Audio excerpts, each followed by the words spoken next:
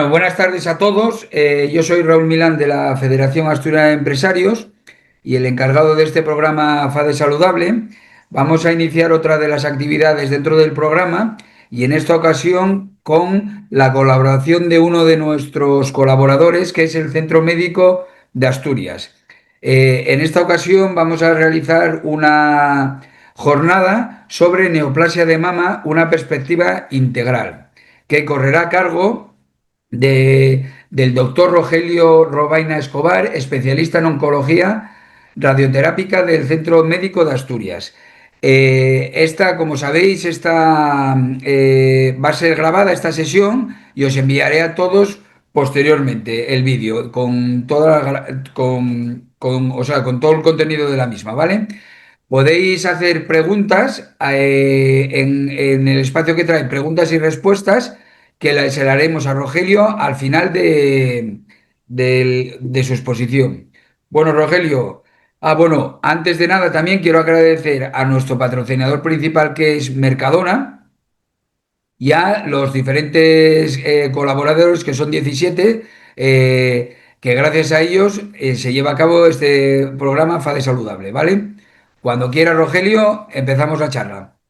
Pues bueno, buenas tardes a todos. En principio, agradecer a FADE Saludable por la invitación y bueno, y a través del centro médico, de poder darle esta charla que espero que sea amena, que no sea muy larga y sobre todo que sea entendible para gente que quizás no usa tanto la terminología que utilizamos nosotros los médicos. La idea de la charla es, como dice la presentación, que sea una perspectiva integral, pero sobre todo haciendo un nexo, por decirlo así, entre lo que es la terminología o las cosas que puede leer, por ejemplo, cualquier paciente en lo que es referente a sus propios informes o lo que le vamos dando a través de todo lo que es el proceso de la patología oncológica y que lo entienda con términos más acordes a sus conocimientos, ¿no?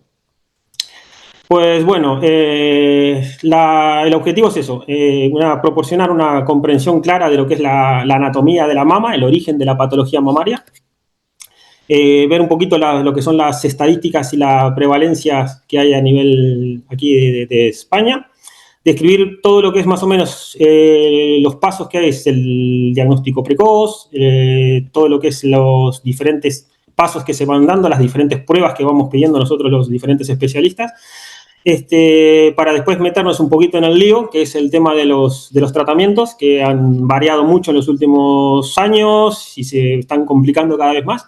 Y sobre todo que quede destacar que esto es un enfoque multidisciplinar. No hay ningún médico o ninguna especialidad, por ejemplo, que realmente sea la que lleva la batuta o la que cure esta enfermedad, por decirlo así. Somos muchos los especialistas que trabajamos, somos muchos compañeros de diferentes ámbitos, de diferentes escalafones, por decirlo así también, porque también participa no solo personal médico, sino enfermería, técnicos de laboratorio, técnicos de radioterapia.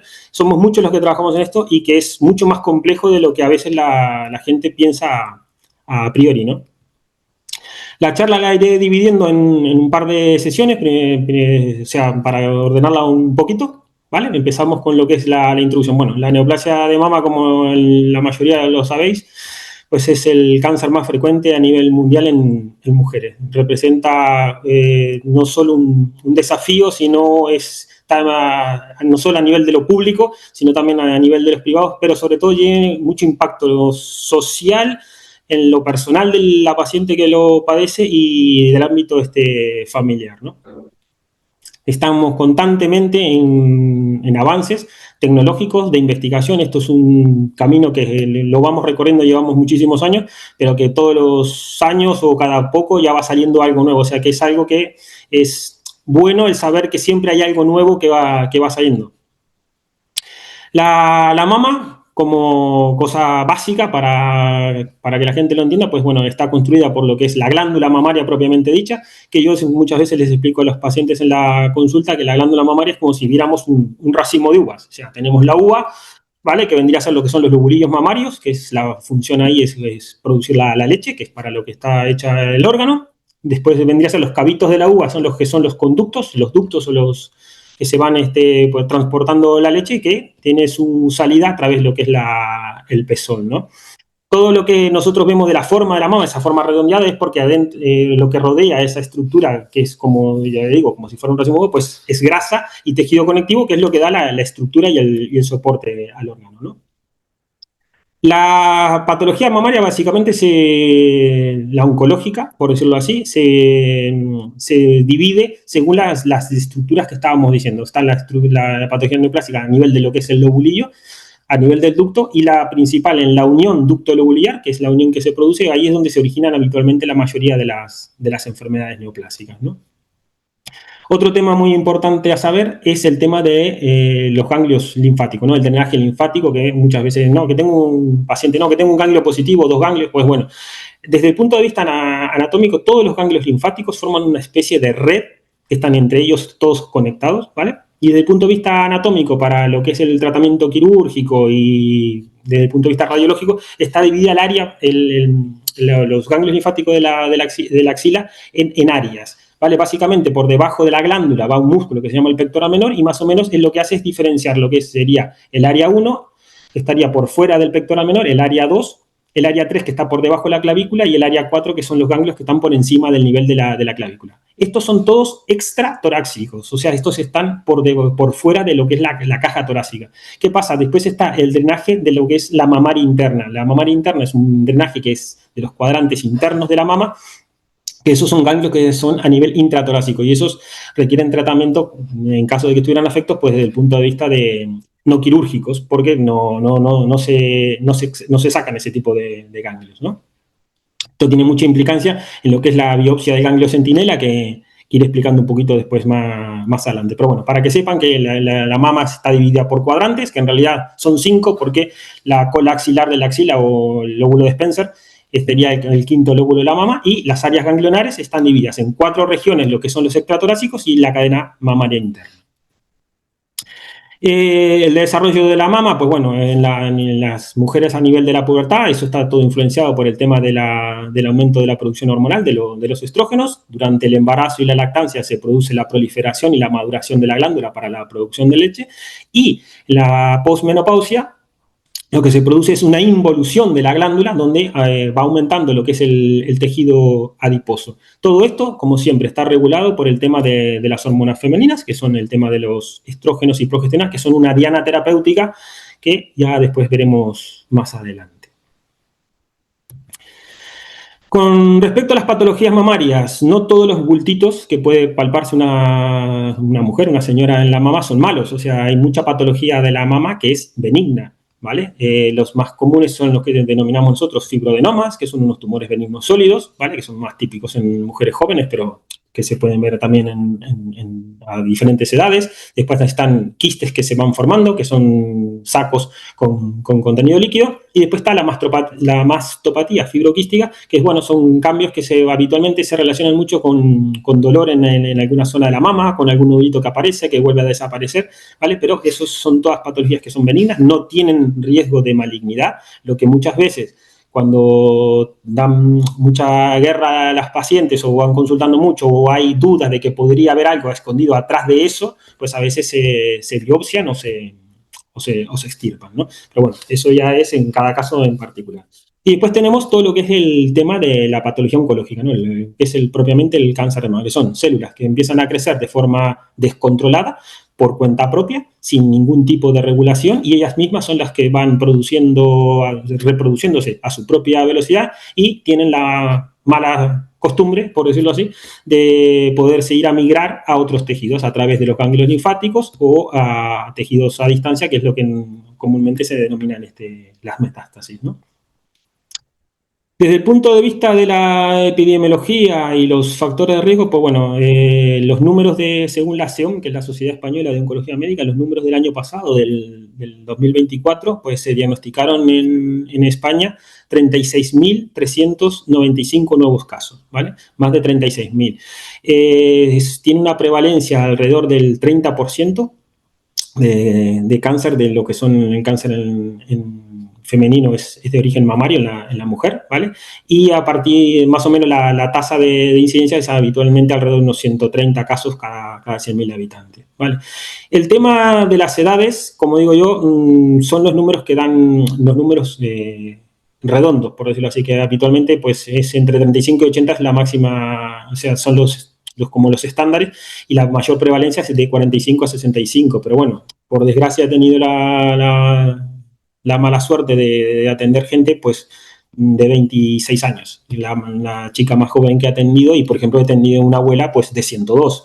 O sea que el rango de edades, esos son números en redondo, pero puede aparecer la patología o antes de lo que dicen las estadísticas o después. Y recordar que aunque parezca mentira, los hombres también pueden desarrollar la mama, ¿vale? Y el cáncer de mama en el hombre existe, es más de lo que parece y era, pero bueno, habitualmente es un porcentaje muy bajito, es alrededor del 1% de la enfermedad neoplásica en el hombre. Estos son los datos para este año. Como vemos, este año vamos a andar arriba de los 37.000, se calcula aproximadamente unos 37.600 casos nuevos, ¿vale? La incidencia ha aumentado muchísimo, pero esto es un poco por los cambios en la calidad de vida o en el estilo de vida, mejor dicho, de los pacientes ahora de estas nuevas generaciones, y que también se diagnostica mucho más precozmente, ¿vale? Esto que no sea algo tampoco alarmante en el sentido de que la incidencia es mucho más, pero la mortalidad ha disminuido y ha disminuido mucho, ¿vale? Y tenemos una supervivencia a día de hoy a los 5 años global de casi el 86% de las pacientes. O sea que si bien hay muchísima cantidad, pues hay muchísimos tratamientos, cada vez hay más, cada vez lo complicamos más, y cada vez eso es lo que ha llevado a que si bien no curemos a todo el mundo, pues que la tasa de supervivencia o el periodo libre de enfermedad pues sea muy, muy alto. ¿Vale? Estamos en el hombre, es obviamente la neoplasia de próstata es la principal, y después pues bueno, viene colorectal y pulmón como las tres grandes que hay a nivel tanto de hombre como mujeres, ¿no? Entre los factores de riesgo, pues bueno, es muy importante todo lo que son lo que tiene que ver con los estudios, ¿no? Los estudios, el 30% de las mujeres se diagnosticarán en un estadio precoz, pero después van a tener algún porcentaje de recaída a lo largo de la vida. Cuando veamos los factores de riesgo, ya veremos que dentro de todos los factores de riesgo, dice, bueno, ser mujer es un factor de riesgo, es uno de los principales, sí, pero el principal no deja de ser el desarrollar la propia enfermedad. Si ya la tienes, pues a lo largo de la vida, cuanto más joven te diagnostiquemos, pues más probabilidad tienes de que la puedas desarrollar más adelante, ¿vale? La incidencia en los últimos años, pues la tendencia es, según las estadísticas, pues eso, que se está viendo un poquito cada vez más en mujeres más jóvenes, ¿no? Por debajo de los 45 años, pero ya le digo, mucho también tiene que ver con las campañas de detección precoz que han hecho que se diagnostiquen en mujeres más jóvenes. Y bueno, esto está todo un poco relacionado con el tema del número de hijos, el primer hijo a edades tardías, pues bueno, eso es un poco lo que se está viendo, que es el cambio de las generaciones, por ejemplo, de nuestros abuelos, que es lo que podría estar influyendo un poquito en este cambio de tendencia con respecto a lo que viene a ser la edad. De los factores de riesgo, pues lo que les decía, los podemos dividir en dos grupos, ¿no? Los factores de riesgo que son no modificables, o sea que esto no los podemos cambiar. Principalmente, pues es eso, la mujer que ya haya desarrollado el cáncer de mama, pues tiene ya el principal factor de riesgo, que es ya desarrolló la propia enfermedad, ¿vale? Aparte de eso, pues el sexo, el tema de la edad. Después viene lo que es la carga genética, ¿vale? Que ahí están el tema de mutaciones que se van estudiando, que las más conocidas o populares, por decirlo así, porque salió con el tema de la Angelina Jolie y todo eso, pues bueno, son el BRCA1, el BRCA2, que son mutaciones que tienen un alto índice de enfermedad neoplásica en mama y también en ovario. Después hay otras mutaciones que tampoco los voy a marear con eso, pero bueno, son factores que ya no son modificables, es nuestra genética, es lo que nos han dejado nuestros antepasados, por eso ya partimos con eso. Que como digo yo, el tener las mutaciones es un factor de riesgo, tampoco quiere decir que 100% te vaya a pasar lo que dice ese factor de riesgo, o al contrario, por no tenerlo no quiere decir que estés exento, o sea, son nada más que probabilidades matemáticas de que tienes más chances, por decirlo así, de que te pueda pasar algo. Por eso que son los tratamientos que indicamos a veces de preventivos en ciertos casos, sobre todo principalmente en estos dos. Después está, bueno, los antecedentes familiares de primer grado, pues madre, padre, hermanas, pues esos son los que más están relacionados. Y después hay cuestiones étnicas y Y el tema de la densidad, la densidad mamaria, lo que hace es que con los estudios precoces, las mamas que son muy densas, sobre todo son en gente más joven, pues en las mamografías, que es nuestro principal aliado para el diagnóstico precoz, pues a veces pueden favorecer falsos negativos o falsos positivos. Por eso es que también el tema de la densidad mamaria lo que hace, no es que sea un factor de riesgo, pero sí puede ser a veces un factor que influya en el diagnóstico precoz, ¿vale? El tema de lo que decía, de las modificaciones genéticas, pues bueno, principalmente son el BRCA1 y el BRCA2, que son genes supresores, que lo que hacen es controlar la implicancia de la reparación en el ADN, y cuando se ven estas mutaciones, este mecanismo está alterado y hace que se puedan desarrollar cepas tumorales, ¿vale? Con esa autonomía que decíamos al principio de que pueden crecer por cuenta propia. Estos son más o menos las estadísticas, los datos en lo que sería el riesgo de cáncer a lo largo de la vida y más o menos la media de edad. Pero ya les digo, el BRCA1 está relacionado un poco más, por decirlo así, con lo que se llaman las neoplasias triple negativo, que ahora después explicaremos qué son, y los BRCA2 pues son más o menos más relacionados con cáncer de mama de hormonosensible, ¿no? Los que son hormonodependientes, perdón, que son los que ya después desarrollaremos. En estos casos, pues muchas veces ya lo habrán oído o lo habrán visto en algún lado, es que, bueno, muchas veces cuando se diagnostican estas mutaciones, por parte del equipo multidisciplinario, muchas veces se le aconseja a las pacientes, pues bueno, si hay que hacer una cirugía reductora de riesgo, ¿vale? Que como digo yo, de reducir el riesgo, pues claro, no tener mama no vas a tener, pero el hecho de que una mujer por X condición, de lo que sea, pues dice, pues mira, yo no me voy a hacer la reductora, me hago los controles, pues no quiere decir que porque no se la haga y tenga la mutación esté 100% condenada, por decirlo así, a que le pase la enfermedad. Tiene más riesgos, es la idea que se tienen que quedar. En cuanto a los factores de riesgo modificables, pues básicamente son el tema del estilo de vida de cada uno, ¿no? El tema de la obesidad, especialmente la obesidad en las posmenopáusicas por la producción de estrógenos a nivel del tejido periférico. Después está el consumo de alcohol, tabaco, la inactividad física. Pues bueno, como siempre, la recomendación número uno para muchas cosas es un estilo de vida saludable, como la charla de hoy, los que organizan la charla de hoy. Pero básicamente no solo para el cáncer de mama, o sea, es para la vida en general, ¿no? O sea, un estilo de vida saludable te va a ayudar en todo, ¿no? En esto, en lo que es oncológico y aparte en enfermedades cardiovasculares y el resto de cosas, ¿vale? En cuanto a los tratamientos de sustitución hormonal y los anticonceptivos orales, que también se consideran factores de riesgo, pues los que son combinados de estrógenos y progesterona, por más de 5 años, aumentan el riesgo en porcentajes variables, ¿no? Según estudios que se vayan viendo.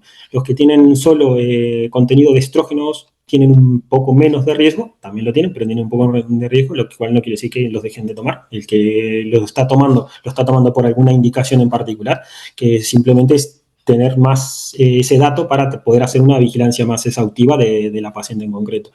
Y el tema de los anticonceptivos orales es lo mismo, también son productos hormonales y simplemente la única diferencia que tienen es que cuando se suspende ya su consumo, pues en principio el riesgo ya disminuye y pasa a ser el de cualquier persona que no los consuma, ¿vale?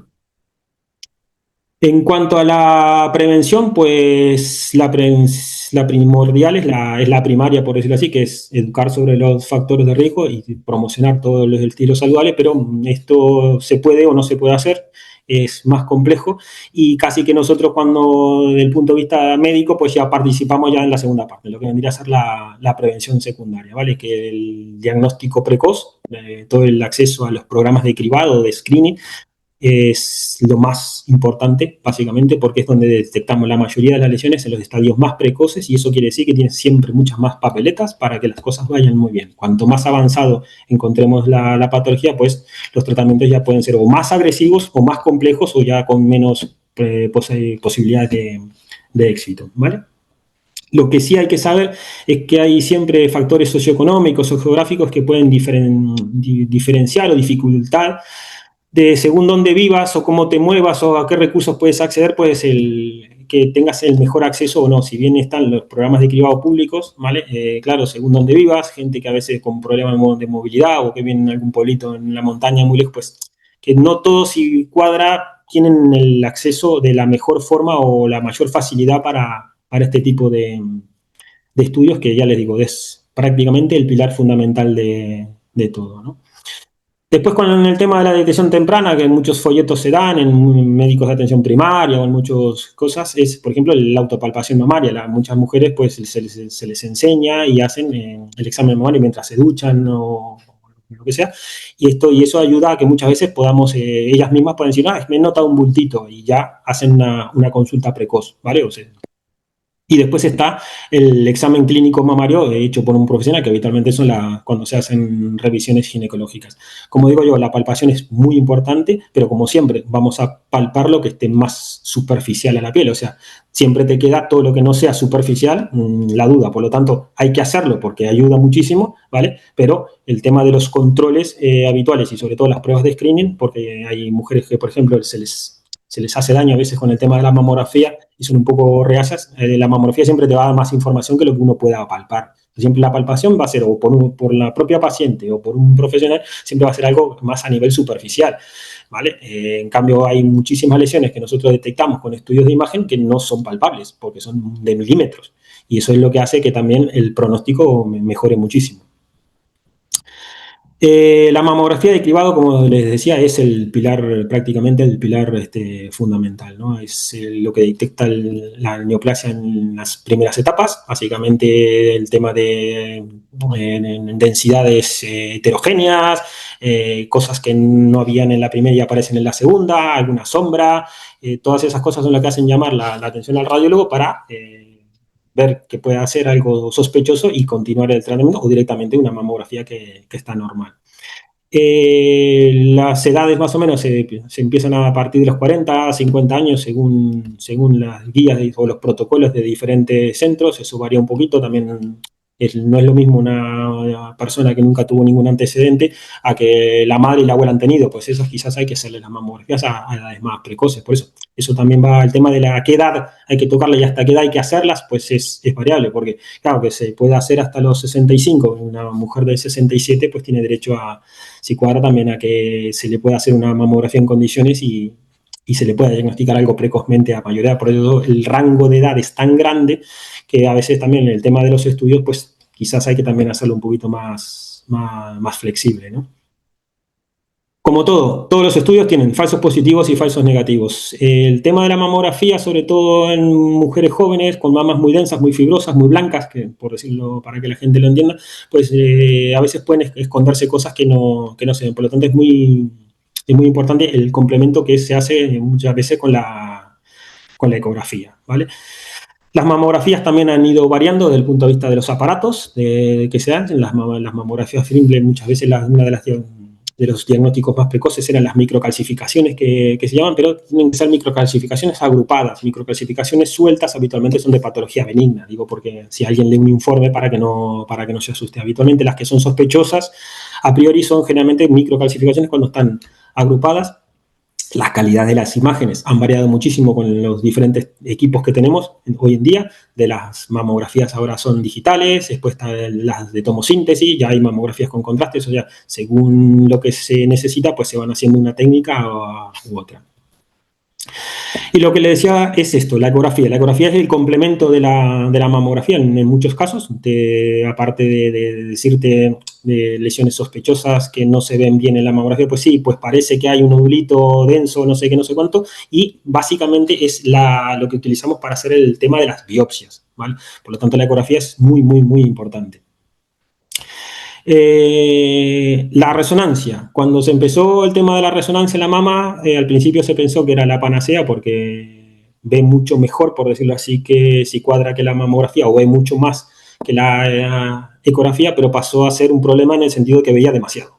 ¿Qué significa eso? Que las mamografías, las resonancias, ven tanta cantidad, porque son una cantidad de secuencias que se hacen para diferentes cosas, que muchas cosas que se ven o se informan como captación sospechosa, no sé, después terminaron siendo benignas. Por lo tanto, se pensó en un inicio que probablemente la resonancia sustituiría a la mamografía, pero se empezaron a hacer muchísima cantidad de biopsias, se le metía agujas a la gente por todos lados y al fin y al cabo no eran nada, la mayoría eran cosas benignas, y dijo, bueno, frenemos esto porque si no ya nos pasábamos para el otro lado. Por lo tanto, la resonancia es un complemento, ¿vale?, que se utiliza.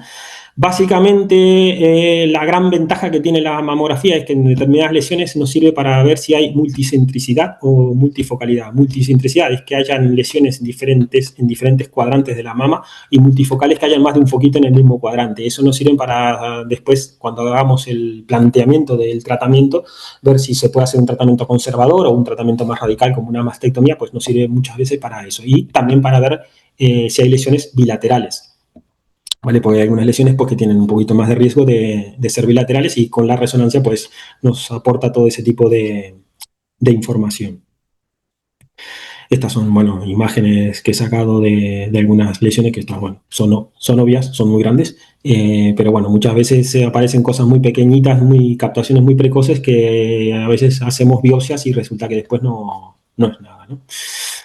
En cuanto a la biopsia, pues bueno, las biopsias básicamente tenemos de dos tipos o de tres tipos. Las biopsias guiadas por ecografía, que también hay biopsias que se pueden guiar por tomografía, por resonancia, perdón, y que son básicamente de dos tipos. La PAF, que es una aspiración con aguja fina, que básicamente lo que extrae son células sueltas, que el patólogo las ve y puede decir si hay células con características neoplásicas o no, o la biopsia con aguja gruesa, que es la que realmente al patólogo le gusta más, porque le permite dar una muestrita de tejido pequeñita, y es la que le permite hacer mejor el diagnóstico, porque el diagnóstico anatomopatológico se ha complicado muchísimo. Hace un tiempo era mirar al microscopio hematocilina y eosina, que eran los colores habituales, que era el rosa con el azul y poca cosa más, pero ahora hay una cantidad de marcadores bioquímicos que se hacen porque se estudian una cantidad de subtipos dentro de cada lesión, y claro, con una PAF es imposible porque no tiene material suficiente. La biopsia con aguja gruesa pues te permite eso, tener más material para poder hacer un mejor estudio anatomopatológico. Y después están en algunas lesiones que son sospechosas pero no se logran confirmar, pues la biopsia quirúrgica, directamente ir al quirófano, te sacan la lesión donde estaba la sospecha de la lesión y se estudia completa, que muchas veces también se realiza. La importancia de esto es que la anatomía patológica es la que realmente te confirma el diagnóstico, te dice el nombre y el apellido, y te va a decir después todas las características moleculares que nos van a servir a nosotros para, después de tener el diagnóstico completo, poder saber qué paciente se va a beneficiar de qué tratamiento, ¿vale? Estos son cortes histológicos de lo que sería un lobulillo mamario, un ducto mamario, con el tejido alrededor, y vemos como aquí hay algunos ductos que están cubiertos están rellenos por células, que son las células neoplásicas que están dentro. Esto tampoco que lo quiero explicar mucho para no liarlos, y si hay algún patólogo pues me va a decir que estoy explicándolo mal porque no es lo mío, pero bueno, más o menos para que tengan una idea. En cuanto a la clasificación de las lesiones, básicamente es lo que decíamos al principio, según de qué estructura o qué parte de la mama se originan, pues se llaman de una manera o de otra. Si son del lobulillo van a ser los carcinomas lobulillares, si son de los ductos, que eran los tubitos, van a ser los ductales. La lesión precoz o más precoz, por decirlo así, que diagnosticamos, pues es el in situ, o el intraductal o el intralobulillar, que es lo mismo, que es cuando las células se originan y están dentro del lobulillo, como en este caso, o cuando están dentro del ducto, sin salir de él, ¿vale? Estos no son, el in situ, tanto el ductal como el no son benignas, o sea, son ya patología maligna, pero es como la preinvasiva, o sea, es la más precoz que podemos diagnosticar. Por definición, el lobulillar invasivo es cuando ya las células salen del lobulillo, escapan a lo que es la pared del lobulillo, de la uvita que habíamos dicho originalmente que era el lobulillo mamario, ¿vale? Y tienen la característica que habitualmente, no habitualmente, pero tienen mayor porcentaje de multifocalidad o bilateralidad en respecto a los otros que son el ductal.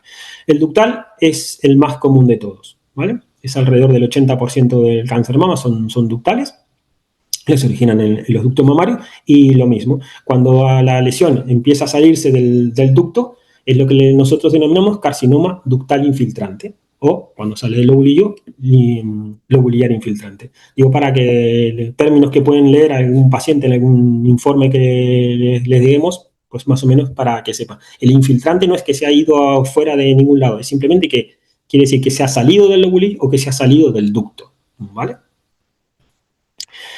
Después hay algunas patologías, algunos cánceres de mama que tienen unas características especiales, por ejemplo, lo que se llama el carcinoma inflamatorio, que es cuando hay una obstrucción del drenaje linfático de la mama, pues la mama se queda roja, edematizada, como parecido a una mastitis, la enfermedad de Payet. Habitualmente cursa con telorrea, con secreción a nivel del pezón, después está el medular, el tubular mucinoso. Estos son subtipos con unas características especiales particulares que, bueno, tampoco la vamos a liar con esto, pero bueno, que sepan que después hay, aparte de los típicos por su origen, por decirlo así, tanto los lobulares como los lobulares, pues hay algunos que tienen algunas otras características un poquito específicas. Y aquí es cuando se complica, o mejor dicho, cuando se empieza a complicar la cosa. Como les decía, los patólogos antes miraban solo hematocilina y eosina, que era lo típico, pues ahora hacen todos los estudios inmunohistoquímicos, que esto es ya empezar a ver las características moleculares de cada lesión. Una cosa que lo explicaré más adelante es el grado histológico, que no lo confundan con el estadio de la enfermedad. El grado histológico, que te lo dice el patólogo en el informe, es grado 1, grado 2 o grado 3, que básicamente es las células, los que son enfermedades. Grado 1, la célula mala, por decirlo así, es muy parecida a la célula buena, a la célula normal, y el grado 3 la célula es muy indiferenciada, o sea, muy diferente a la célula normal. El grado 2 pues es el grado intermedio. Eso es el grado histológico, que es qué tanto se parece o no la célula mala a la célula buena. Después miramos el tema de los receptores hormonales, receptores de estrógeno y receptores de progesterona. Eso nos va a servir como, según si son positivos o no, para las terapias que vamos a utilizar después. Después está el factor de crecimiento epidérmico, que es los ER2, que también tienen unas características diana de tratamiento específicas. Y la otra que miramos es el factor de proliferación, que es el Ki-67. El Ki-67 nos dice si la lesión crece muy rápido o crece menos rápido. Habitualmente la división está alrededor del 20%.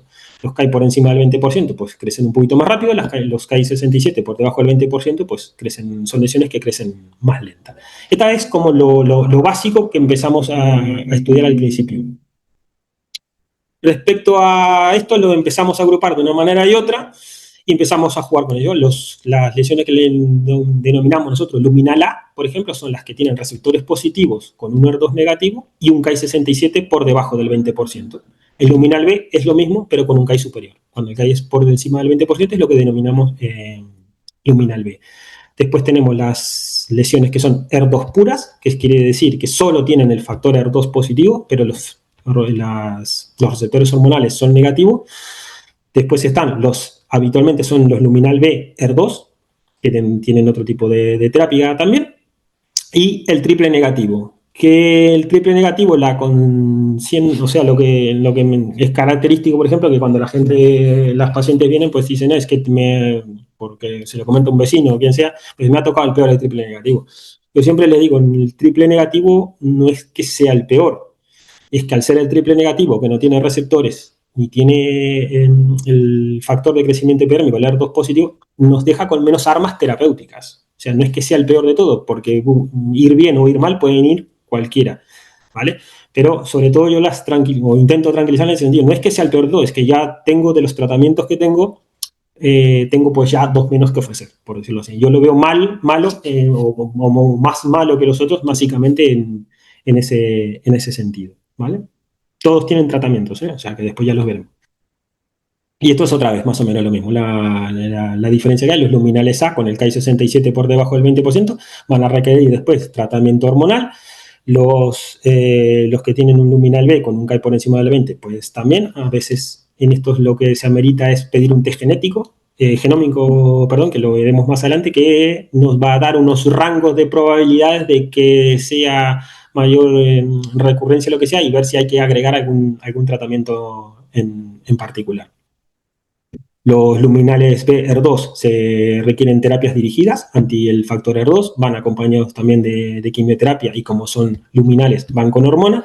Los que son ER2 puros solamente reciben tratamientos con terapia anti ER2 y quimioterapia, y el triple negativo quimioterapia y ahora inmunoterapia. Ahora después ya lo desarrollaré un poquito más, pero bueno, básicamente es como digo, los agrupamos con estas características y eso nos va a desarrollar qué tratamientos nos van a quedar para poder ofrecer adelante. Por lo tanto, el patólogo es fundamental en esto y el hecho de que tenga una buena muestra en la biopsia para que podamos decidir el tratamiento más adecuado. Lo importante de la estadificación, esto sí es la estadificación de la enfermedad, es básicamente que según la estadificación pues va el porcentaje de pronóstico, ¿no? Y es lo que nos permite seleccionar el tratamiento lo más apropiado posible y personalizado para cada paciente en concreto. Después el tema de los estudios, cuando comparamos un tratamiento contra otro, pues bueno, según los estadios nos sirven para comparar qué cosa va mejor para qué estadio en particular, ¿no? ¿Qué utilizamos para el estadio? Pues la clasificación internacional que utilizamos, el TNM que se llama, ¿vale? Que básicamente el T se refiere al tamaño del tumor, el N al número de ganglios linfáticos afectados y la M a las metástasis. Esto tienen varios grupos y subgrupos y en base a esto pues vamos haciendo los diferentes estadios de la enfermedad. Esto no es para que nadie se lo aprenda, pero para que lo sepan que básicamente la T es el tamaño del tumor, lo dividimos en T1, T2, T3, T4 y el TIS, que es el del in situ, ¿vale? Por eso que vean que el in situ está puesto dentro de lo maligno, o sea, está fuera del tamaño porque son intralobulares o intraductales, pero están dentro de esa patología y a su vez, pues bueno, después los subdividimos para complicarla, por diferentes tamaños. Con la N pasa más o menos lo mismo.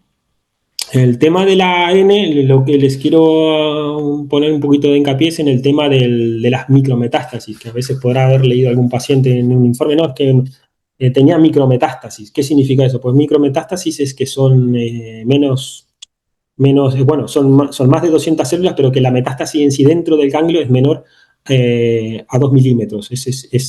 Y desde el punto de vista para los tratamientos, la consideramos como negativa. O sea, el N1-MI, que vendría a ser el de micrometástasis, para lo que son las terapias que vamos a utilizar después, la utilizamos como si fuera un N0. O sea, para que la gente se quede contenta, o sea, que sepan que el N1 no es, si bien ya es, la enfermedad ya ha salido, por decirlo así, de donde estaba originariamente en la mama a un ganglio, está muy concentrada dentro de ese ganglio en particular y no tiene mayor riesgo. Por lo tanto, el N1 lo consideramos desde el punto de vista terapéutico como si fuera un N0.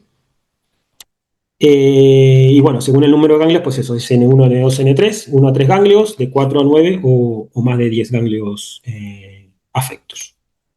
La M es con metástasis o sin metástasis. Esto nosotros los agrupamos en diferentes grupos y vamos sacando los diferentes estadios, ¿vale? Estos sí son los estadios de la enfermedad, que era diferente a lo que les había yo dicho anteriormente con respecto a los grados histológicos, ¿vale? Por eso que el grado histológico es simplemente la diferenciación, la célula es parecida o no parecida a la célula normal, y el estadio sí es el que me dice la enfermedad, en qué tan avanzada o no avanzada está, ¿vale? El tratamiento. El tratamiento la palabra básicamente es esa, es el enfoque multidisciplinar. Ninguna especialidad por sí sola, por decirlo así, trata o cura esta enfermedad. ¿No? Somos muchos los que participamos, muchos que el paciente ve y hay mucha gente atrás que la gente no ve, que también participa. Y básicamente todas las decisiones las tomamos en comité, creo yo que en el 99,9, sino en el 100% de los centros, tanto públicos como privados, ya en todos lados. Nos reunimos entre todos los especialistas, básicamente acuden los cirujanos oncólogos, los oncólogos radioterápicos, los oncólogos médicos, los patólogos, los radiólogos, a veces algún otro compañero por algún caso en concreto, y ahí es donde se toma la decisión de qué tratamiento es el más adecuado y el más personalizado para esa paciente. Los tratamientos en mama, como creo que ya casi en todo, son muy personalizados y muy adaptados a cada uno. Después hay gente que participa en lo que es el tratamiento, no en el comité, pero en el tratamiento, que es, por ejemplo, la enfermería, los radiofísicos hospitalarios que trabajan en la parte de radioterapia con nosotros, hay psicólogos, hay técnicos de anatomía patológica, técnicos de radioterapia, personal de apoyo que necesitamos, por ejemplo, medicina nuclear para la biopsia de ganglio centinela, que ahora veremos, plástica en el caso de mastectomía para ver si hay que hacer alguna reconstrucción, ya sea inmediata o en diferido. O sea, somos muchos los que participamos y y tiene su parte buena, que generalmente se crea un buen ambiente de trabajo en ese sentido, de que somos compañeros todos aportamos nuestras opiniones y de ahí es donde sale la decisión del tratamiento más adecuado para esa paciente en concreto, ¿no? Las armas, como digo yo, las armas terapéuticas que tenemos para el cáncer de mama, para luchar contra el cáncer de mama, básicamente se podría decir que eran 5. La cirugía, la radioterapia, que es un complementario a la cirugía, la hormonoterapia, la quimioterapia y las terapias dirigidas. Pero bueno, ahora podríamos decir que ya no son 5, sino que son 6, porque está todo el tema de la inmunoterapia, que está, o sea, si bien ya lleva un tiempo con nosotros, está en constantemente desarrollo, porque constantemente están saliendo cosas nuevas, ¿vale? O sea que todo lo que es las terapias dirigidas y la inmunoterapia habitualmente cada vez van avanzando más y nos van aportando más cosas. Cada vez la vamos complicando mucho más. Respecto a la cirugía, pues básicamente la cirugía en el cáncer de mama se divide en dos tipos. Lo que es la cirugía conservadora, que siempre se intenta, si se puede, que es que la mujer conserve su pecho, su mama. Básicamente tiene que tener unas características la lesión, que esto consiste en quitarle el tumorcito, la lesión propiamente dicho, con un margen de tejido sano que tiene que ser un margen libre. Por eso es que mientras la paciente está dormida en quirófano se va mandando esa muestra de anatomía patológica. Siempre hay un patólogo que, aunque nadie lo vea, está ahí a pie de cañón mirando más o menos los cortes en el momento para ver si los bordes están afectos y poder terminarla de cerrar la intervención, o en algunos casos hay que ampliar o se sabe que hay que ampliar a posteriori, porque claro, eso es una muestra en un momento puntual. Cuando el patólogo tiene toda la pieza preparada, cortada y estudiada, pues ahí es cuando el patólogo realmente le dice al cirujano: te ha quedado un borde próximo, un borde afecto, porque claro, al ojo del cirujano siempre se llevan todo, pero claro, el patólogo al fin y al cabo es el que mira la microscopia y es la que realmente nos dice si se llevaron todo o no. Eso que muchas veces hay pacientes que borde libre, sí, perfecto, se cierra y cuando van a la primera consulta de cirugía, pues dicen, bueno, vamos a tener que reintervenir porque ha quedado un borde afecto, un borde próximo. Para los que son infiltrantes, los carcinomas infiltrantes, que la tinta con la que se marca el borde, que esté libre, que no esté en contacto con la tinta, ya se considera un borde libre. En cambio, en los intraductales, como el intraductal puede haber alguno por ahí que no lo veamos, tiene que haber siempre un margen mayor a 2 milímetros, ¿vale? El otro tratamiento es directamente la mastectomía. La mastectomía hoy por hoy prácticamente se hace solo mastectomía simple. Antes se hacía la radical modificada, que había que hasta llevarse el músculo pectoral y bueno, era un poco más invasiva, que bueno, también era para enfermedades más avanzadas, ¿no? Y la mastectomía básicamente es a veces por cuestiones, aunque parezca mentira, a veces se hace por cuestiones estéticas en mamas muy pequeñitas, donde una tumorectomía, el defecto anatómico que te va a dejar una tumorectomía va a quedar mal. A veces se ofrece el tema de la mastectomía, o a veces cuando son lesiones o muy grandes o multicéntricas, ¿vale? No podemos sacarte un pedacito de un cuadrante y después otro pedacito de otro cuadrante de otro lado, que si ya hay en 2 cuadrantes siempre está el riesgo de que pueda haber más enfermedad no detectada. Por lo tanto, en esos casos muchas veces se prefiere la mastectomía. Y después está el tema de la reconstrucción, que ahí participan los cirujanos con plástica, y hay de 2 tipos, pues puede ser reconstrucción inmediata o diferida. Puede ser con prótesis, hay diferentes técnicas, con rotación del dorsal, pues bueno, en cada lugar se hace de una manera u otra y también dependiendo del tipo de paciente y de lo que quieran. En cuanto a la cirugía, una cosa que es importante que sepan es el tema del marcaje de las lesiones, porque claro, la lesión de un tamaño palpable o a la vista, pues es fácil de extraer. El problema es cuando hoy por hoy hacemos tantos estudios de screening justamente para encontrar lesiones antes de que sean palpables, pues esas lesiones, como las encuentra el cirujano, pues ahí participan, aparte de los radiólogos, la gente de medicina nuclear para el marcaje de estas lesiones, y hay básicamente como 2 técnicas, ¿no? La técnica de rol, que se utiliza para marcar solamente las lesiones no palpables a nivel de la mama, y la técnica de Snoll, que es cuando vamos a marcar no solo la lesión, sino también el ganglio centinela. tienen unas características diferentes los isótopos que se utilizan y eso, pero bueno, tampoco la vamos a liar ahí, pero que sepan que muchas veces a la paciente dice, no, es que vas a ir antes por medicina nuclear o por radiología para que te marquen, que sepan que el marcaje es justamente por eso, es para marcarle al cirujano dónde está la lesión, que son lesiones que no son palpables. En cuanto a la detección del ganglio centinela, los ganglios, como le digo yo a la gente, sí, los ganglios están todos en el cuerpo entrelazados formando una especie de una red. ¿A qué le llamamos centinela? Centinela el primero. Es el grupo donde drena, por decirlo así, el primer drenaje de la lesión.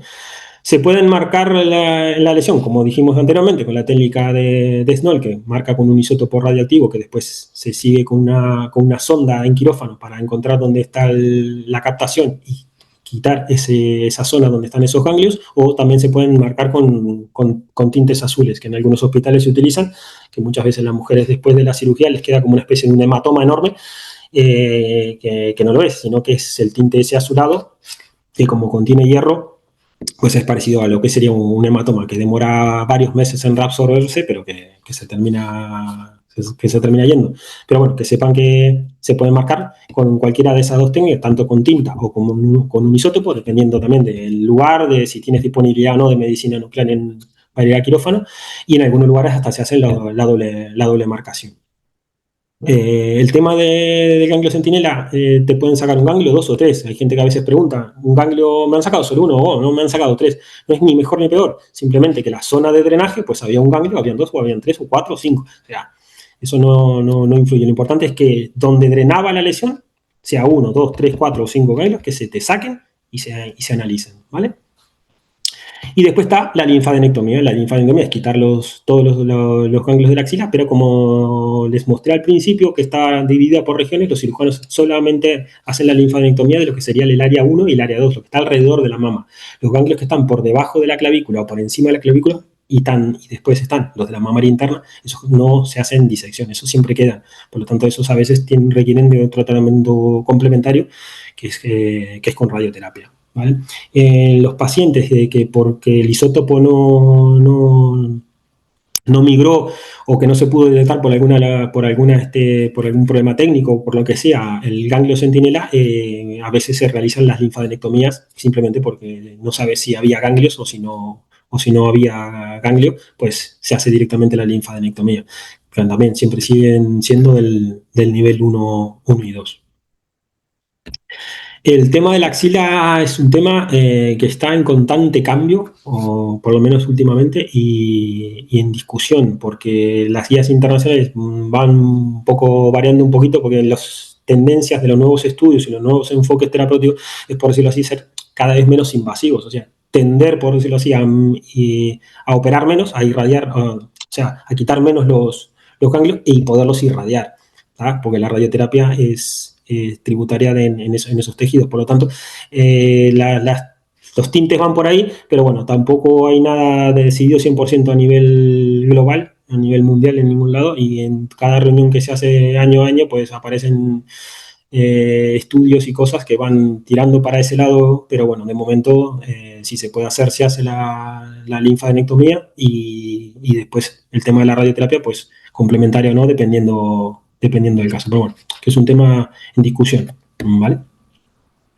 Aquí les muestro un poquito el tema de lo que es lo que explicaba de la biopsia del ganglio centinela, es simplemente, ya sea con un tinte o con isótopos radioactivos, se inyectan en las proximidades de la lesión y se va viendo el drenaje para aquel lado, con una sonda gamma. En el caso de un isótopo, se detecta ese ganglio, se saca ese grupito de ganglios y el patólogo lo analiza, que puede analizarlo de dos maneras. El patólogo lo puede analizar en quirófano, mientras el paciente está dormido, que es la intraoperatoria que le llamamos nosotros, te dice positivo sí, positivo no, y a veces en lesiones, por ejemplo, como en los in situ, se hace también muchas veces la detección de ganglio centinela, pero el resultado es a posteriori, es en diferido.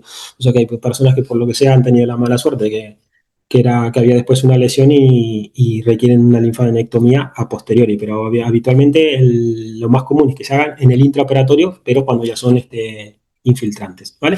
Y en el caso de tumorectomía con la biopsia de ganglio centinela o un caso que haya una lesión más grande con con la linfadenectomía si habían ganglios positivos que ya se supieran, ya sea o por la biopsia previa al diagnóstico o por estudios de imagen, ¿no? La radioterapia, esto es lo que hago yo, o sea que esto lo podré explicar un pelín mejor, espero no tenerlos cansados ni aburridos. El objetivo de la radioterapia, pues somos una especie somos como el complementario de la cirugía. Todo lo que el cirujano no quitó, que en los estudios de imagen no se ve nada, en tejido, en teoría es tejido sano, pero ese tejido se irradia. ¿Para qué? Porque si ha quedado alguna célula suelta por ahí dando vueltas, que no pueda germinar y hacer enfermedad de nuevo. Por lo tanto, somos el complementario a la cirugía conservadora, ¿no? En algunos casos de mastectomía también se hace radioterapia por algunas dificultades, pero básicamente nuestro principal eh, utilidad es en la cirugía conservadora, en la irradiación del resto del tejido mamario, que en teoría es sano. Somos un preventivo, ¿vale? No somos terapéuticos en ese sentido, sino que somos un preventivo para que no haya enfermedad. La radioterapia se puede dar básicamente en tres tiempos, por decirlo así. Está lo que es la radioterapia neoadyuvante, que es cuando todo lo que sea neo es antes de neoadyuvante, antes de la cirugía, que se da en algunos casos en concreto, pacientes con enfermedad muy avanzada o que por algunas complicaciones no van a poder después llevar quimioterapia o que de entrada ya serían no operables por el tamaño de la lesión o por alguna circunstancia. A veces se hace una radioterapia previa, o sea, un neoadyuvante, para reducir masa tumoral y que poder permitir que el cirujano después pueda entrar a hacer su trabajo, pero la mayoritaria es la radioterapia adyuvante, o sea, el cirujano ha operado y nosotros después empezamos a hacer la radioterapia en el resto de tejido mamario. En el caso de lesiones mayores a 5 centímetros, aunque se haya quitado toda la mama y los bordes sean libres o lo que sea, pues también se hace radioterapia complementaria. Cuando hay afectación de la piel también se hace radioterapia complementaria o cuando hay afectación ganglionar, ¿no? A nivel de las áreas. Y básicamente, como le decía yo, en el caso de las linfanectomías, los cirujanos sacan del área 1 y el área 2. El área 3 y 4 están sin tratar, por lo tanto nosotros irradiamos todo, no solo lo que se ha quitado, que es lo que sea de tejido mamario y las áreas unidos, sino que también ahí incluimos el área supraclavicular y infraclavicular, y en el caso de afectación de los cuadrantes internos, que haya afectación de la cadena mamaria interna, somos los únicos que actuamos ahí, porque ya le digo, los de la mamaria interna no son tributarios de cirugía. Y después está pues el tema de la radioterapia paliativa, que es para paliar síntomas en pacientes con enfermedad metastásica, a nivel de metástasis pues óseas o cerebrales o lo que sea, ¿no? Los efectos secundarios de la radioterapia han disminuido notablemente. No teníamos muy mala fama, creo yo, más que en otras épocas que ahora. Pero básicamente lo que van quedando son el tema de los cambios a nivel de la piel. La piel se pone un poquito roja, como si fuera una quemadura de sol, por decirlo así, más o menos, dependiendo de la piel de cada uno. No tanto de la etnia, porque yo he visto gente más morena y muy blanca llevarlo bien y mal, o sea que eso depende de cada uno en particular. Y después esa zona roja, eritematosa, que le llamamos la radiodermitis, que puede ser en diferentes grados, queda después como un morenito, ¿no? Como un bronceado, y eso le llamamos hiperpigmentación y que es transitoria. Eso con el tiempo de las semanas, meses, dependiendo de la piel de cada uno, pues se va yendo. Lo fundamental para prevenir esto es el tema de la hidratación. Nosotros en la consulta explicamos el tema de la hidratación, después en enfermería les da otra buena entrevista con el tema de los cuidados de la piel, donde se les explica sobre todo la importancia que tiene la hidratación previa al tratamiento de radioterapia, durante el tratamiento y en el primer mes después del tratamiento, para ayudar a la recuperación. Cremas hay muchísimas, no hay ninguna que haya demostrado realmente que sea la mejor de todas. Lo que sí sabemos es que no todas las pieles absorben las cremas de la misma manera, o sea que no podemos decir siempre recomendar una en particular, que me perdonen los laboratorios, porque depende mucho de la piel de cada uno. Hay cremas muy caras que hidratan bien a unos y a otros no, y cremas muy baratas que pasa lo mismo. Por lo tanto, esto es muy, muy personal de cada paciente, pero es lo fundamental y lo que ha ayudado mucho, aparte de la precisión de las técnicas nuevas de radioterapia, es el cuidado de la piel. Y ya le digo, ahí participa muchísimo la enfermería con nosotros, ¿no? Lo que le decías hoy, el tema de la radioterapia neoadyuvante, que es básicamente para lesiones muy avanzadas, los T4, o cuando hay mucha carga ganglionar, para tratar de reducir masa tumoral para que el cirujano pueda actuar y que intentar que la cirugía sea lo más radical posible. También en casos de técnicas, pacientes que técnicamente no pueden recibir quimioterapia por alguna otra comorbilidad o por el propio estado general que tenga el paciente, también hay ensayos en esto y después está todo el tema de la radioterapia paliativa, ¿no?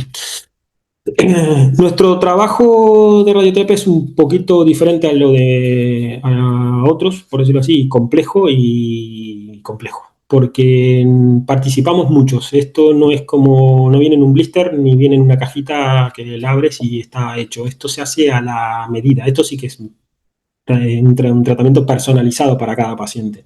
Participamos muchas personas, algunos de los pacientes los ven, otros no, pero que es una cadena, son varios eslabones y tienen que salir todos bien, porque cada uno hace su pasito para que el siguiente que viene pueda hacer lo suyo. Básicamente, en una consulta habitual de radioterapia consta en la primera visita al servicio, que es donde se hace la historia clínica y se revisa que todas las pruebas estén hechas, se confirman los diagnósticos, lo que se le ha explicado a la paciente, se le explica un poquito. También la hace enfermería, sobre todo enfocada, ya le digo, al tema del cuidado de la piel. El tratamiento de radioterapia consta de una parte que es el TAC de simulación, que es un TAC en el cual nosotros vamos a diseñar a medida para ese paciente en concreto el tratamiento a realizar, que requiere de un marcaje, que son unos puntitos que les hacemos para el posicionamiento, que después lo veremos, y en algunos lugares ya el tema del marcaje no se utiliza porque se utilizan otras técnicas como radioterapia guiada por superficie, bueno, hay otras técnicas, pero básicamente habitualmente lo más común es que tengamos un tag de simulación con unas marquitas, que son unos tatuajes, unos tatus, que son un puntito, que son de alineación, ¿no? Para poder poner a la paciente después en la máquina en la misma posición que está en ese tag. Después viene la parte de los técnicos de radioterapia, que en la mayoría de los centros son los que contornean o dibujan todo lo que son los órganos a riesgo. En el caso de la mama, los órganos a riesgo son los órganos que están vecinos a la mama, pulmones, corazón, coronaria, la mama contralateral, el tiroides, la tráquea, el esófago, dependiendo si van con áreas o no. Después venimos nosotros, los oncólogos radioterápicos, a revisar esos órganos que estén todos correctos, bien pintados y eso, y pintamos lo que son los PTBs, los volúmenes de planificación, que es donde el físico, que es el que va a hacer la planificación, va a trabajar. ¿Qué es lo que hace el físico? Nosotros al físico le decimos, mira, queremos a este volumen de mama o mama con ganglios darle tanta cantidad de dosis y le decimos, pero vos, que al corazón no le llegue más de esto, que a la coronaria no le llegue más de esto, que al pulmón no le llegue más de esto, que a la médula no le damos una serie de restricciones de dosis o constraint de los órganos sanos, ¿vale? Ellos hacen con los programas según el equipo que se tenga, el planificador que tengan, por dónde tienen que entrar la dosis de radiación cuando se gire la máquina. Esa planificación nos la dan a nosotros la revisamos, sí, está todo correcto, pues me gusta, pues la probamos. No, mira, podríamos mejorar aquí o allá, pues la revisan, la cambian. Todo eso lleva un tiempo, por eso es que los tratamientos de radioterapia no es vengo hoy y me trato a la media hora. O sea, esto lleva un proceso, ¿vale? Después de eso, antes de iniciar el tratamiento con el paciente, se hace lo que es una verificación, que es comprobar o medir que ese planificador en las dosis que ha dado, en las condiciones que le ha dado, es realmente lo que emite para ese paciente en concreto. Y después sí, ya se puede iniciar el tratamiento, que dependerá la cantidad de sesiones de radioterapia del tipo de fraccionamiento, que lo comentaré más adelante porque ha cambiado mucho y es muy variado según el lugar donde uno vaya, ¿vale? Y después viene todo lo que es la parte de control. Por eso que aquí en la parte de la cadena pues pongo oncólogos radioterápicos, pongo enfermería, los técnicos superiores en radioterapia y isometría, radiofísica, o sea, somos muchas personas las que participamos, que ya le digo, por ejemplo, los físicos habitualmente no saben muchos pacientes ni que existen. Y bueno, el tratamiento se lo han hecho ellos, ¿vale?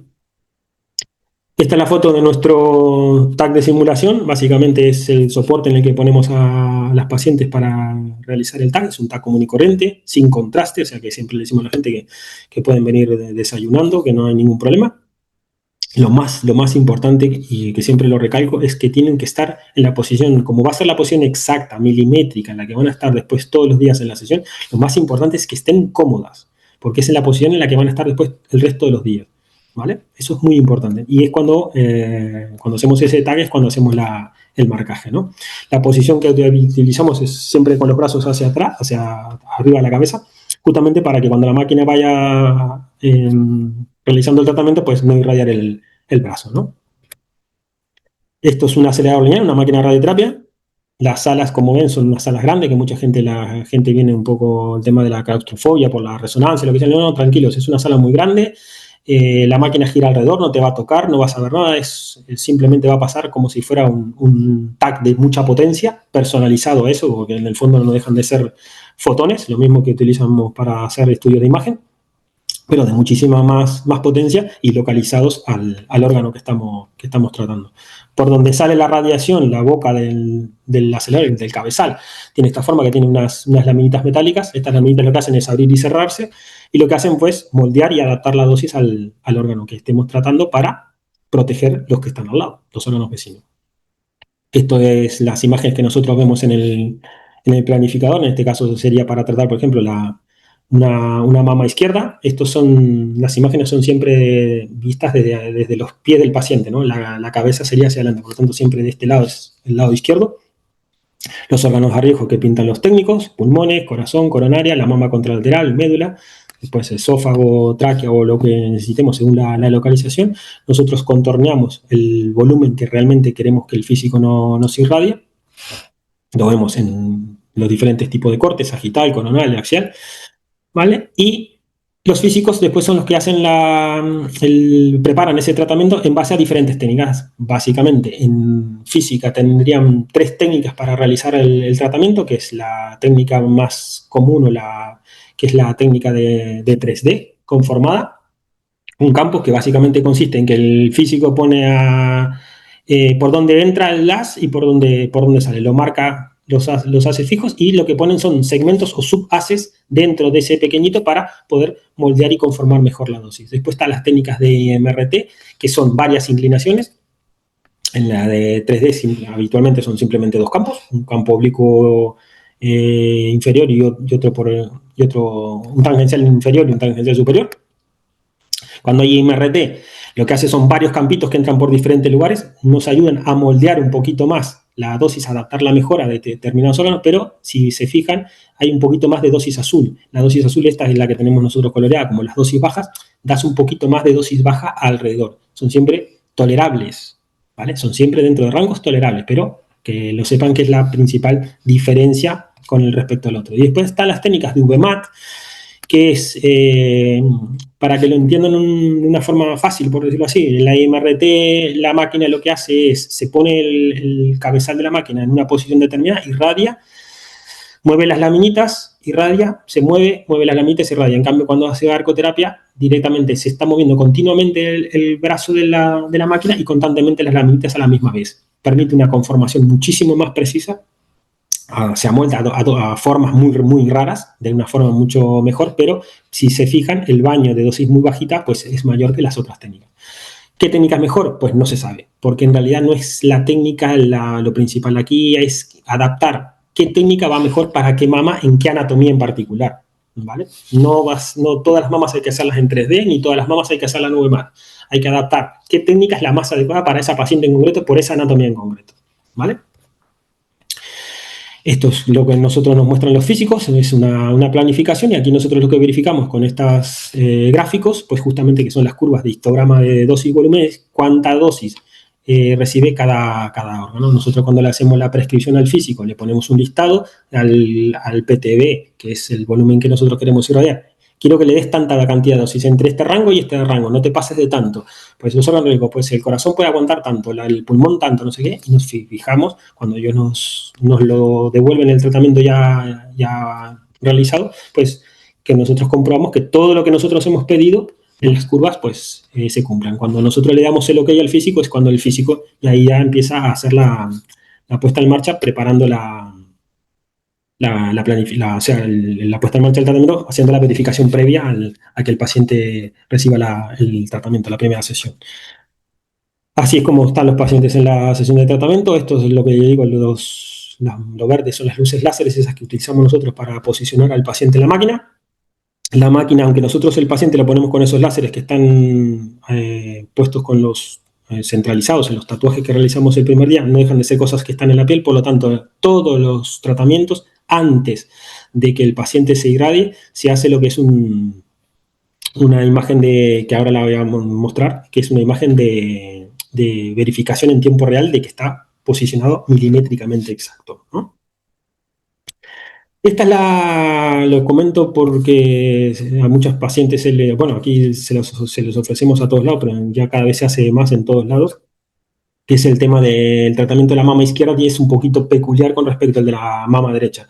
La mama izquierda las hacemos en DIP, que se llama, que es en inspiración profunda mantenida. ¿Qué es lo que hacemos aquí? El corazón básicamente está un poquito más lateralizado hacia el lado izquierdo. Con esta técnica, al nosotros hacer todo el tratamiento en inspiración, con el pulmón lleno de aire, lo que hacemos es que al aumentar el volumen del pulmón, porque se llena de aire, hace que el corazón se retroceda un poquito hacia atrás y ganamos un poquito de distancia entre lo que sería el borde del corazón y la pared, donde está, de la pared torácica, donde está la mama. ¿Se puede hacer el tratamiento de mama izquierda sin esto? Pues sí, porque es lo que se ha hecho toda la vida, ¿vale? O sea, los órganos, los constraints, o sea, las restricciones de dosis para los órganos de riesgo, las cumplimos siempre. Con esto la mejoramos un poquito más. Si al corazón te iban a llegar, pues, por decirlo algo, un Gray y medio, pues con esto capaz que te llega pues un Gray o un Gray 300. O sea, digo porque hay gente que a veces, o por edad o por lo que sea, se agobian, no lo pueden hacer o no sale bien la prueba esta y dices que a mí me van a irradiar más el corazón. No, el corazón siempre va a estar protegido. Lo único que con esto lo protegemos un pelín más, ¿vale?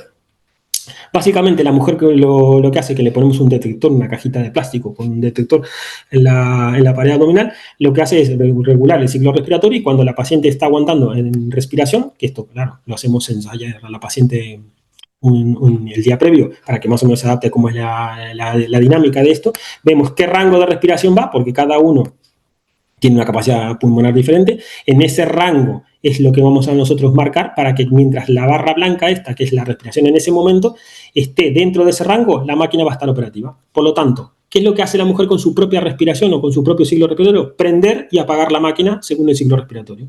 ¿Que aguanto, me canso, aflojo?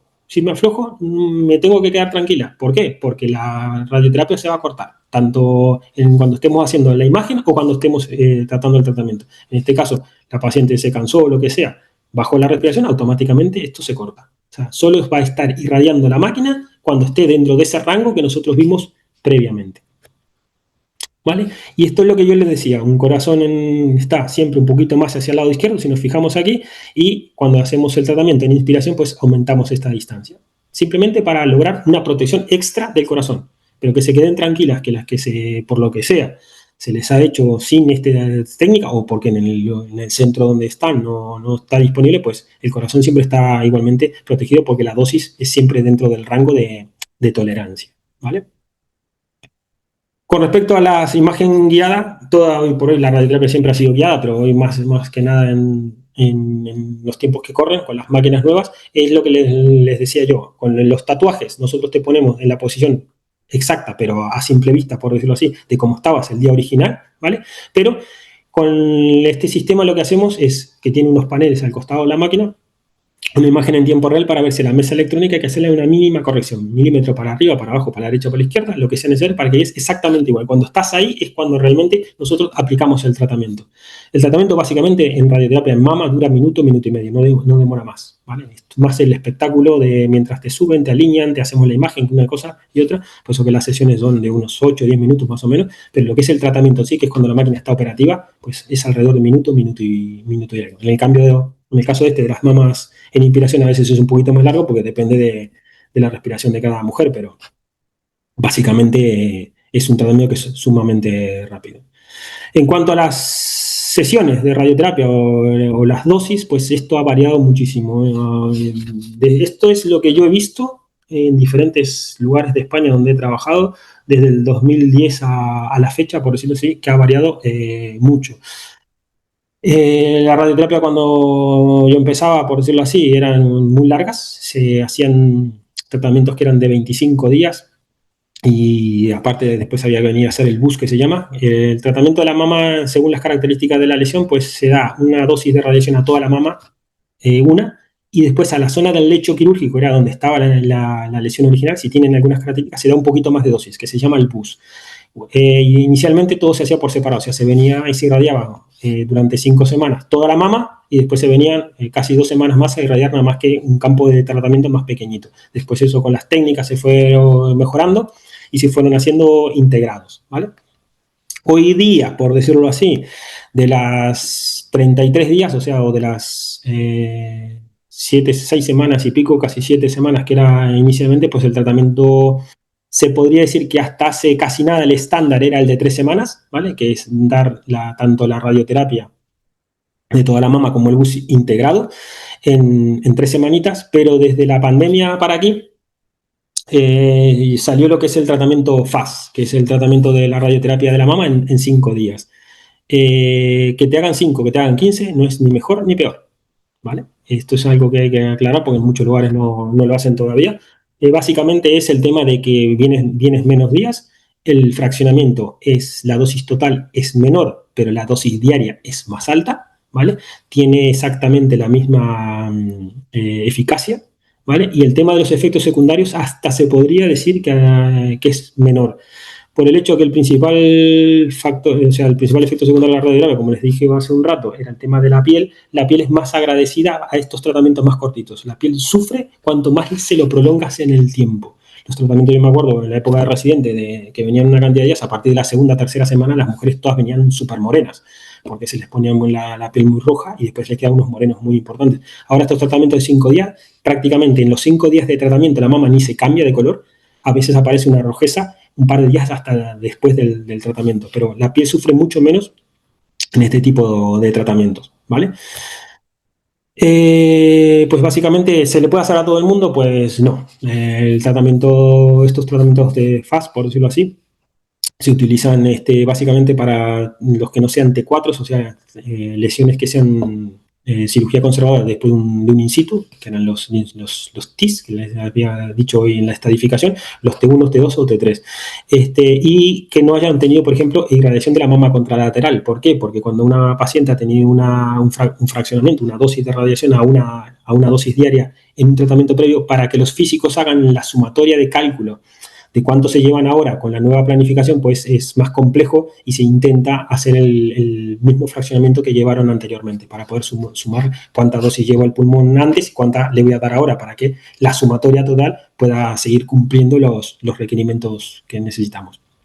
Y después está el tema de las mamas que requieren irradiación ganglionar o las mamas con prótesis. En el Congreso Europeo este año ya se presentaron los estudios más actuales a 10 años, a 5 años de seguimiento de pacientes con irradiación de ganglios y con prótesis y no hay ningún cambio. O sea, esto va a ir cambiando con el tiempo. Habitualmente en algunos lugares ya se están irradiando ganglios y prótesis, en algunos otros no. Básicamente yo creo que esto con el tiempo, cuando haya un poco más de seguimiento, un poco más a largo plazo, va a estar en las guías en todos lados. Esto con respecto a la radioterapia, por eso fue un poco más largo porque es lo que hago yo y puedo hablar un poquito más. Ahora iré un pelín más rápido y para no aburrirlos, que ya debo ir largo de tiempo. El tema del tratamiento hormonal, como dijimos, las pacientes que tenían inicialmente cuando hacía el patólogo el estudio, los receptores hormonales, pues se benefician de este tipo de tratamiento. Los tratamientos hormonales en la oncología mamaria no son hormonas lo que damos. Bueno, lo que daban nuestros compañeros de oncología médica son bloqueantes. O sea, el tamoxifeno habitualmente se utiliza mayormente en las premenopáusicas y lo que hace es actúa como un antiestrogénico. Y después están en las posmenopáusicas habitualmente que se utilizan los inhibidores de la aromatasa que disminuyen la producción de estrógenos en los tejidos periféricos. En cuanto a la duración del tratamiento, habitualmente son 5 años. Efectos secundarios, pues los sofocos, sequedad vaginal, fatiga, artralgias, esto es un poco como los efectos de la menopausia, ¿no? Y una cosa muy importante que se vigila mucho es el tema de la cantidad de capital, por decirlo así, el capital de calcio en los huesos. Con estos fármacos se ve deteriorado un poquito, por lo tanto siempre en casi todos los centros lo que se hace es una densitometría ósea anual para ir valorando cómo van esos huesos, porque en el caso de que una osteopenia importante se empieza a transformar en una osteoporosis, pues el fármaco este, en vez de ser un preventivo, pues ya puede pasar a ser un poco dañino y a veces el tratamiento de 5 años pues se reduce a menos, ¿vale?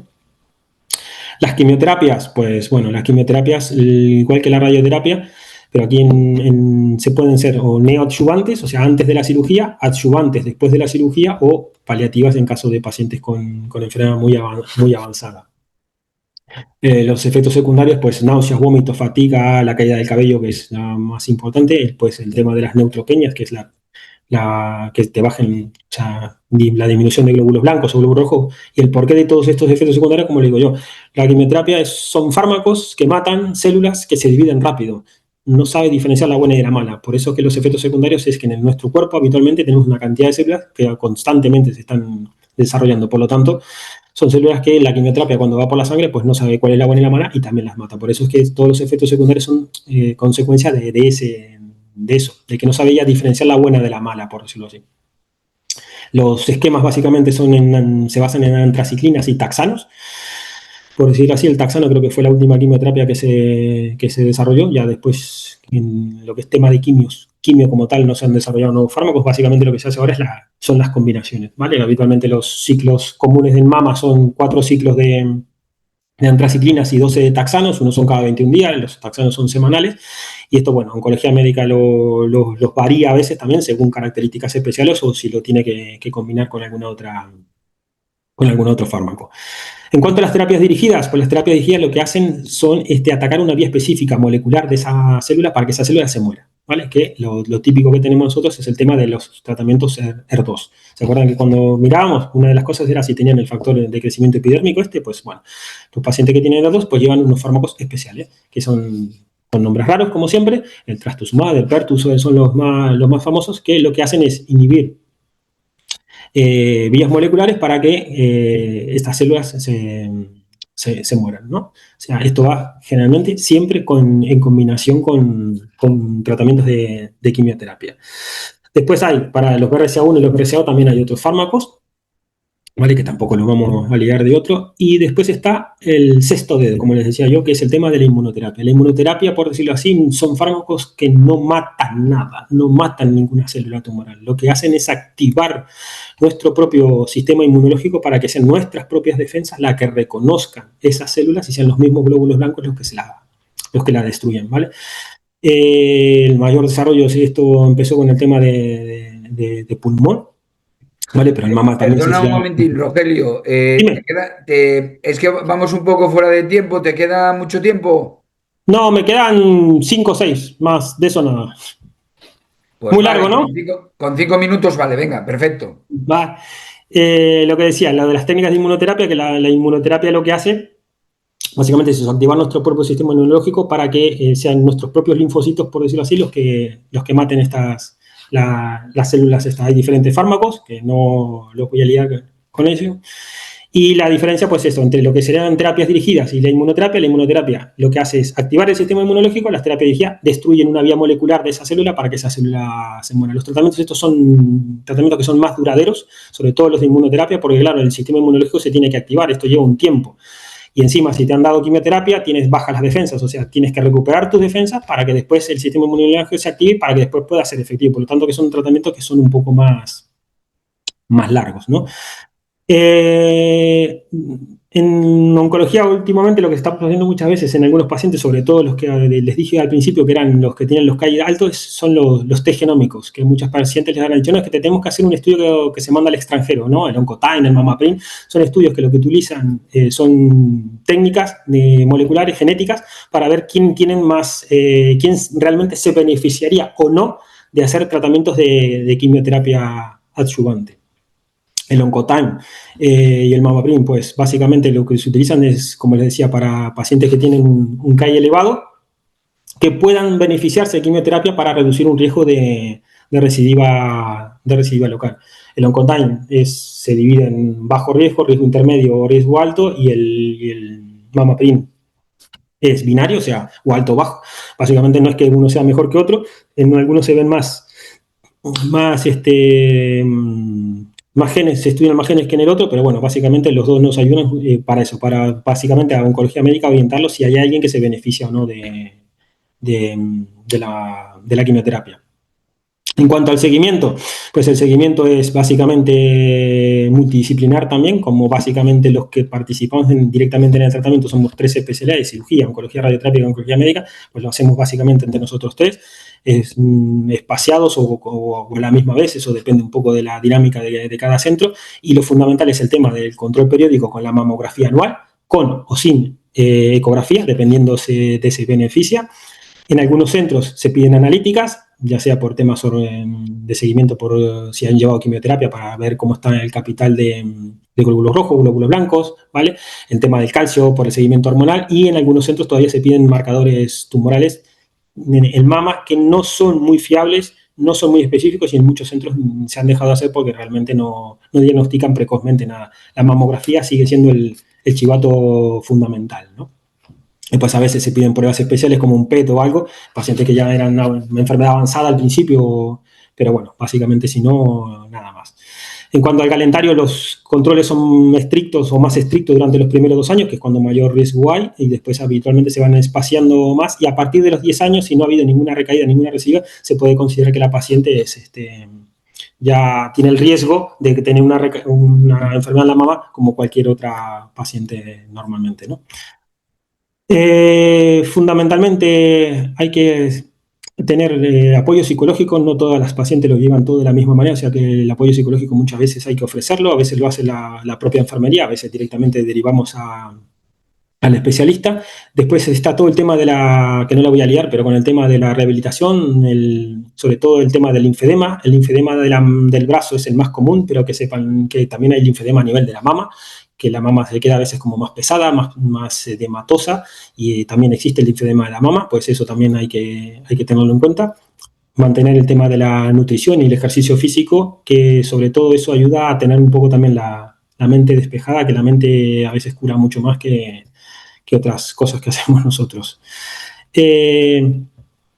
El futuro es prometedor, porque habitualmente esto es, como les digo, esto es una cosa que va constantemente cambiando, constantemente se está investigando, siempre está saliendo algo nuevo y las vamos combinando las cosas. O sea, nos la complicamos cada vez más para dar el mejor tratamiento, el más adecuado, y no solo favorecer la mayor supervivencia de nuestras pacientes, sino algo que para mí es súper importante, que es el mantener la mejor calidad de vida a las pacientes. Tampoco creo que digo que hay que empecinarse en vivir mucho, sino vivirlo bien, o sea, tratar de minimizar todo lo que son las toxicidades y mejorar la calidad de las pacientes, que para mí es una cosa muy, muy primordial, ¿vale? Y esta, pues, bueno, una foto de nuestro centro, y ya no los aburro más.